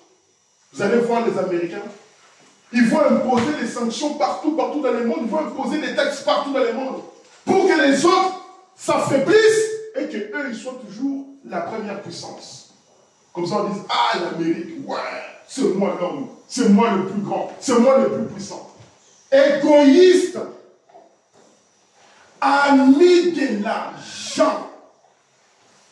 Les gens préfèrent quitter l'église abandonner l'église pour aller chercher l'argent. Comme je vous ai dit tout à l'heure, qu'est-ce qui est plus grand maintenant? L'argent ou c'est Dieu qui est l'argent? Qui est plus grand? Quand l'homme n'a pas l'argent, il est malade, il est stressé, il est énervé, il est fâché, il a des pressions. Même si la banque ne l'a pas encore appelé, mais le fait juste de savoir que je sois découvert, déjà ça me met mal à l'aise. Ah, là, on a banque. Non. Mais il n'a pas Dieu, cela ne le préoccupe pas. Il n'a pas lu la parole, cela ne le dérange pas. Ça ne dérange personne. Vous êtes dans une condition où vous êtes en train de glisser vers l'enfer et vous ne voulez pas écouter. La parole dit, fanfaron, hautain, blasphémateur, rebelles à leurs parents, ingrats, irréligieux. Comme l'église, ils ne veulent pas entendre. Insensible. Tu ne peux pas le contredire. Dès que tu dis quelque chose qui va à l'encontre de ce que lui pense, c'est fini. Insensible. Déloyaux. Vous comprenez là? Déloyaux. Vous savez ce que ça veut dire? Tu n'es pas loyal envers ta femme. Tu n'es pas loyal envers ton mari. Dès qu'il y a quelque chose, je te soigne. Te soigne. Te soigne. Je ne vois pas exactement comme le pasteur. Je ne vois pas exactement comme le diacre. Je ne vois pas exactement comme le ministre. Je quitte l'église. C'est comme ça que les gens sont devenus maintenant. Les gens ne sont plus loyaux. Un homme de Dieu peut être là, dans une condition de faiblesse. On ne peut pas supporter l'homme de Dieu. Il est malade. Alors, vous voyez les gens, ils sont devenus indifférents, déloyaux, calomniateurs, intempérants, cruels, ennemis des gens de bien. Quelqu'un qui te fait du bien, mais toi, c'est toujours le mal contre lui. Quelqu'un qui ne t'a pas critiqué, toi, c'est seulement les critiques. La vignoté, tu l'insultes.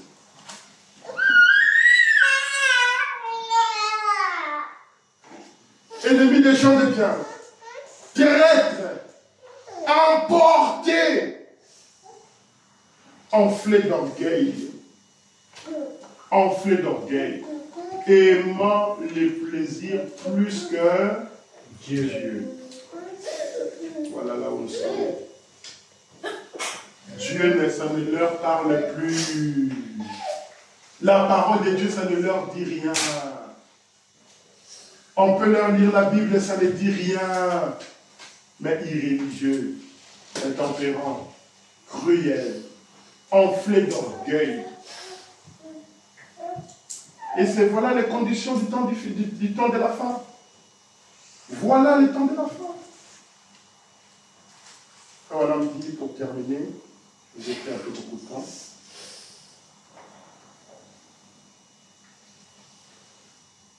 Voilà un petit pour lire juste ça et puis on va terminer.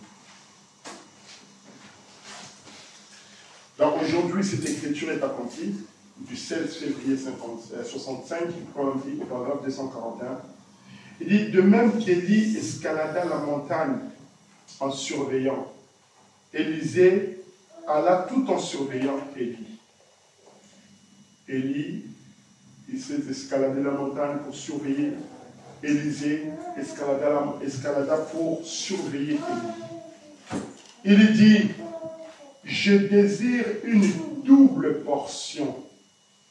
Et le manteau qui était sur Élie tomba sur Élisée. Il descendit et plia le manteau en deux et frappa la rivière, disant, Où est le Dieu d'Élie? Il a eu le temps de se préparer. Il a abandonné son père, il a abandonné sa famille. Il a suivi Élie. Il y a eu des obstacles sur sa marche en suivant Élie. Viens ici, Élie va lui dire, reste ici, des découragements. Tikanayo lilobango, kuna bango lataka bajipa minayi, yo lataka jipa minayi, ya kamé pas la busso, yo zavons un message té, tout un tas de choses pour le décourager. Mais Élisée n'a pas regardé à ça. Il a dit, non, ce prédicateur a l'esprit de Dieu. Son âme est vivante. L'Éternel est vivant. Je le suivrai jusqu'à la fin. Et quand il va suivre Élie, il va suivre Élie jusqu'à la fin. Élie va lui dire, demande ce que tu veux. Il n'a pas demandé que je puisse avoir une grande église comme les autres là-bas. Non.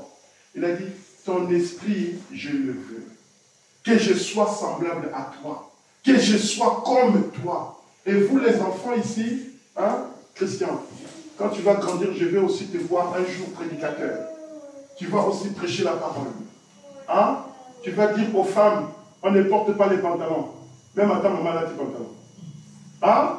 Ah, c'est la parole de Dieu. Tu prêches la parole. Et rien que la parole. Et c'est ce qu'Élisée a fait. Et quand il a reçu le Saint-Esprit, maintenant les autres prophètes, les autres prédicateurs étaient là à la mer, et devant la rivière, ils regardaient. Maintenant, qu'est-ce qui va arriver? Élisée vient et dit, où est le Dieu d'Élie? Boum! Et il tape la rivière. Le même Dieu qui avait séparé la rivière par Élie, sépare la rivière par Élisée. Pour confirmer qu'il a vraiment reçu l'esprit d'Élie. Vous voyez? Et le prophète va nous dire ici, et je désire une double portion. Et le manteau qui était sur Élie tomba sur Élisée. Il descendit et plia le manteau en deux et frappa la rivière, disant, où est le Dieu d'Élie? Et la même chose qui était arrivée pour Élie arriva pour Élisée. Et le même évangile, la même puissance, le même Fils de l'homme qui était hier, et aujourd'hui, et il sera pour toujours. Amen. Le même Fils de Dieu, le même Seigneur Jésus-Christ, qui a marché sur les rues de Galilée, il a été avec William Branham, et il est avec nous aujourd'hui. Il dit, Hébreux 13, 8, croyez-vous cela? L'assemblée dit Amen. Et vous vous dites quoi? Amen. Amen. Je vous pose alors une question. Je ne peux pas être lui. Je vous pose maintenant une question. Moi, frère Branham, je ne peux pas être le Seigneur Jésus-Christ. Je ne peux pas être lui. Mais il est ici. Moi, votre frère, je ne suis pas le Seigneur Jésus-Christ, mais le Seigneur Jésus-Christ est ici. Parce qu'il est la parole de Dieu. Il dit, comme on dit, mais il est ici. Amen. Nous ne sommes qu'un porteur. Nous sommes que des gens qui portent la parole de Dieu. Nous sommes que des envoyés de Dieu. Nous sommes que des serviteurs de Dieu. Nous sommes que des enfants de Dieu. Vous êtes des filles et des fils de Dieu. Et c'est en vous qu'on va voir Jésus-Christ. Amen. Amen. Que Dieu vous bénisse. Nous allons nous tenir debout. Amen.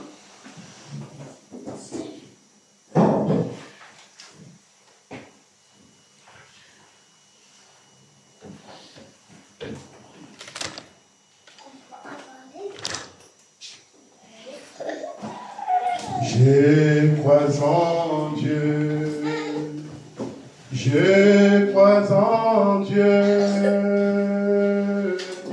il en sera tel qu'il a dit. Oh, crois, obéis, Lève les yeux, dis. Oui, je crois en. Il y en a 488. Oh, je crois en Dieu. Je crois en Dieu. Moi, il en sera. Tel qu'il a dit. Oh, crois au lève les yeux, dis, et moi, oui, je crois en Dieu. Oh, et moi, je crois en Dieu, je crois en Dieu. Il en sera tel qu'il a dit.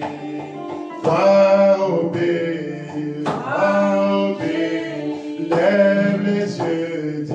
lève les yeux, dis, et moi, oui, je crois en Dieu. Nous allons élever nos voix et remercier le Seigneur pour la parole que nous avons entendue. Faites à votre Dieu une promesse que vous allez le suivre de tout votre cœur, de toute votre âme, de toute votre pensée. C'est lui la vie, la source de vie, et c'est à lui que nous devons remettre notre vie entre ses saints. Prions tous ensemble. Père céleste, notre Dieu, nous te remercions pour les moments que tu nous as accordés dans ta maison, pour la parole qui a été prêchée, Seigneur. Et cela aille directement dans les cœurs de tes enfants et produise le fruit du Saint-Esprit, Seigneur. Bien-aimé Père Céleste, je le laisse tout simplement entre tes sentiments. En tant qu'un homme, je peux parler du matin jusqu'au soir. Cela n'aura pas vraiment beaucoup d'effet si toi-même tu ne viens pas confirmer ta parole dans leur cœur. Même lorsque Jésus était sur la terre, lorsqu'il était mort et ressuscité, sur le chemin d'Emmaüs, la Bible nous dit qu'il a marché avec 2 disciples pendant toute la journée et il leur prêchait la parole. La Bible nous dit que leur cœur brûlait dans leur cœur ne brûlait-il pas lorsqu'ils entendaient la parole de Dieu. Ils se réjouissaient, ils disaient des amens. Mais ils ne comprenaient toujours pas qui était l'homme qui était en train de leur parler. Ils ont voyagé pendant toute la journée jusqu'à arriver le soir à la maison. Et il a semblé les dépasser. Il a semblé continuer le chemin. Mais les disciples l'ont invoqué. Les disciples lui ont demandé. Ils ne l'ont pas laissé partir. Ils ont dit non. Mais le soir est arrivé. Viens. Rentre ici. Demeure avec nous. Reste avec nous pendant cette nuit. Et demain, tu pourras continuer ton voyage. Et toi qui ne refuses pas l'invitation, tu es venu et tu es rentré dans la maison. Et pendant qu'ils étaient à table, tu vas faire un signe que tu avais fait lorsque tu étais encore avec eux. Et c'est juste pendant ces quelques minutes, en ayant fait ce que tu avais fait avant ta crucifixion, leurs yeux s'ouvrent. Lorsque les hommes du prophète, les enfants des prophètes, ont vu Élisée faire la même chose qu'Élie avait fait, alors qu'ils ont alors compris que c'était l'esprit d'Élie qui était sur Élisée maintenant. Lorsque l'Église manifestera l'amour de Dieu, la puissance de Dieu, la parole de Dieu marchera comme le Christ, alors le monde verra que ces hommes et ces femmes, ce sont des Christ sur la terre. C'est ce que nous voulons, Père Céleste. C'est la prière la plus profonde de notre cœur. C'est la demande la plus profonde de notre âme. C'est ma prière la plus profonde, Dieu. Que tu puisses regarder ces petits-enfants. Que tu puisses regarder ces hommes et ces femmes qui sont venus s'abriter ici pour écouter la parole de Dieu. Que tu puisses les bénir, Seigneur. Que tu leur donnes ta parole, Seigneur. Que tu les changes, Seigneur Jésus-Christ. Tu les transformes, Père bien-aimé. Tu leur apprennes comment marcher. Tu nous apprennes comment vivre. Que tu nous apprennes comment être les véritables chrétiens. Si hier nous avons échoué, si hier nous n'avons pas montré cette vie de Christ à nous, qu'aujourd'hui nous puissions réussir. Tu nous as dit que cela ne sera pas facile. Au temps de la fin, les choses ne seront pas faciles. Parce que les hommes, ils auront beaucoup des esprits autres que l'Esprit de Dieu. Mais nous voulons être tes enfants. Nous voulons marcher avec toi. Nous voulons vivre avec toi. Nous voulons que la parole de Dieu se révèle dans notre vie, se révèle dans notre marche. Que nous ne soyons pas des demi-chrétiens. Que nous ne soyons pas des chrétiens comme tout le monde. Les disciples de Jésus-Christ, lorsqu'ils ont entendu Jésus leur dire, celui qui ne mangera pas ma chair et qui ne boira pas mon sang n'est pas digne de marcher avec moi, n'aura pas la vie éternelle, ne verra pas le royaume des cieux. 70 l'ont quitté. Ils ont dit que tu es un vampire. Ils l'ont abandonné, ils sont partis. Ils sont allés les critiquer, ils sont allés les insulter, ils sont allés les mépriser, alors qu'ils avaient reçu l'esprit, ils avaient reçu la puissance pour aller chasser les démons, pour aller prier pour les malades. Et Seigneur notre Père, Jésus qui va regarder les 12 et va leur dire, mais pourquoi restez-vous? Pourquoi n'allez-vous pas comme les autres aussi? Pourquoi n'allez-vous pas faire votre vie? Mais Pierre va dire, mais c'est toi qui as la vie éternelle. Mais en toi, tu es le Dieu vivant. Et ton âme est vivante. À qui d'autre irions-nous, Seigneur? C'est toi qui as les paroles de la vie éternelle. Et ces paroles de la vie éternelle, c'est ce que nous désirons. C'est ce que nous voulons. Ainsi notre Père et notre Roi. Ils sont restés. Jésus qui va dire, vous êtes restés avec moi. Mais n'est-ce pas moi qui vous ai choisis tous? N'est-ce pas moi qui vous ai appelés tous? Mais je vous dis, l'un de vous est un diamant. Ça ne suffit pas simplement de me suivre, mais ça suffit de savoir, de croire, de recevoir la parole de Dieu en vous. C'est cette parole que nous voulons terminer. Venir à l'église, n'importe qui peut venir à l'église. Ton prophète nous dit que nous n'avons pas le droit de chasser quelqu'un. Mais Seigneur notre roi, quand les gens viennent, ils reçoivent quoi? Ils reçoivent l'esprit du pasteur, ils reçoivent l'esprit du ministre, ou ils viennent pour recevoir l'esprit de Dieu? Et si réellement ils viennent pour recevoir l'esprit de Dieu, pourquoi quand l'esprit de Dieu leur condamne de leur péché, ils sortent et ils ne viennent plus et ils se fâchent? Et les critiques qu'ils vont parler. Accorde-leur la grâce. Accorde-moi ta grâce. Accorde-nous ta miséricorde. Que le Saint-Esprit de Dieu veille sur notre marche, nous aide à surmonter les épreuves, nous aide à surmonter les tentations, nous aide à surmonter tous les pièges de l'ennemi. C'est toi que nous voulons aimer. C'est toi que nous voulons servir. C'est toi que nous voulons chérir. C'est toi que nous voulons adorer. Et nous voulons, Père bien-aimé, que lorsque tu viendras pour prendre tes enfants sur cette terre, que tu puisses aussi regarder de notre côté. Que tu puisses regarder de notre côté. Nous sommes comme les voleurs à la croix. Et nous nous pouvons dire, nous ne sommes pas dignes, Seigneur. Nous ne sommes pas dignes. Mais lorsque tu viendras pour prendre ton épouse, souviens-toi de moi aussi. Souviens-toi de moi aussi. Le monde est arrivé à la fin. Les bombes que nous voyons descendre, pleuvoir sur Israël. Les bombes que nous voyons pleuvoir sur Téhéran. C'est en cours.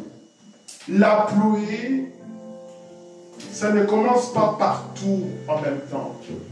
Il y a des orages qui viennent. Des orages qui se déplacent. La pluie qui commence à l'est. Les orages qui vont avancer vers l'ouest. Ça arrive, Seigneur.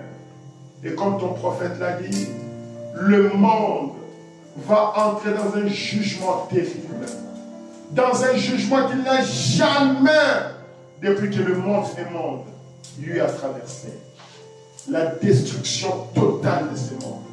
Ce qui se passe, nous avons déjà vu cela pendant la Première Guerre mondiale, la Deuxième Guerre mondiale.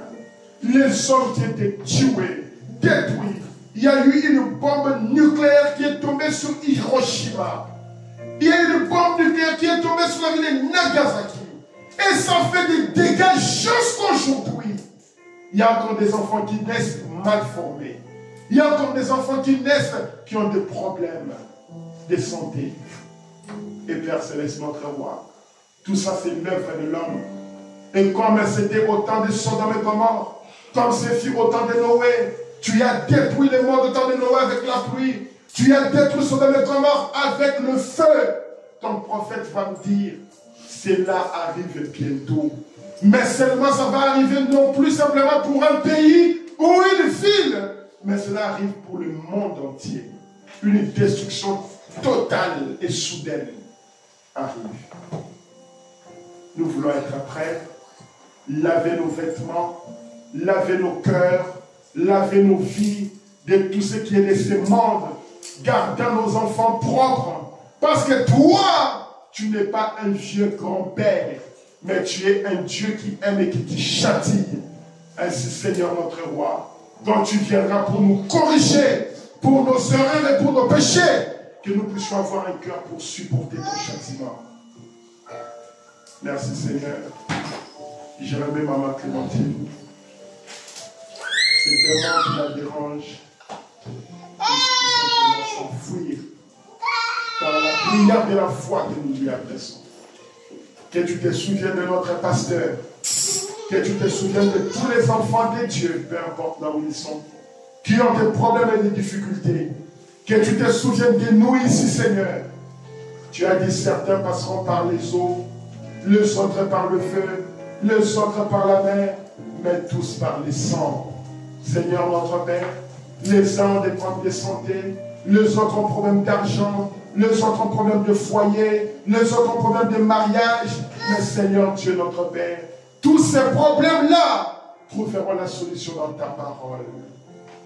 Et c'est ta parole que nous voulons. Accorde-nous ta grâce. Rentre avec nous. Bénis notre semaine. Protège chacun de nous. Efface nos péchés. Pardonne nos manquements. Et accorde-nous la force pour revenir ici et t'adorer encore. Laissons l'honneur et la gloire.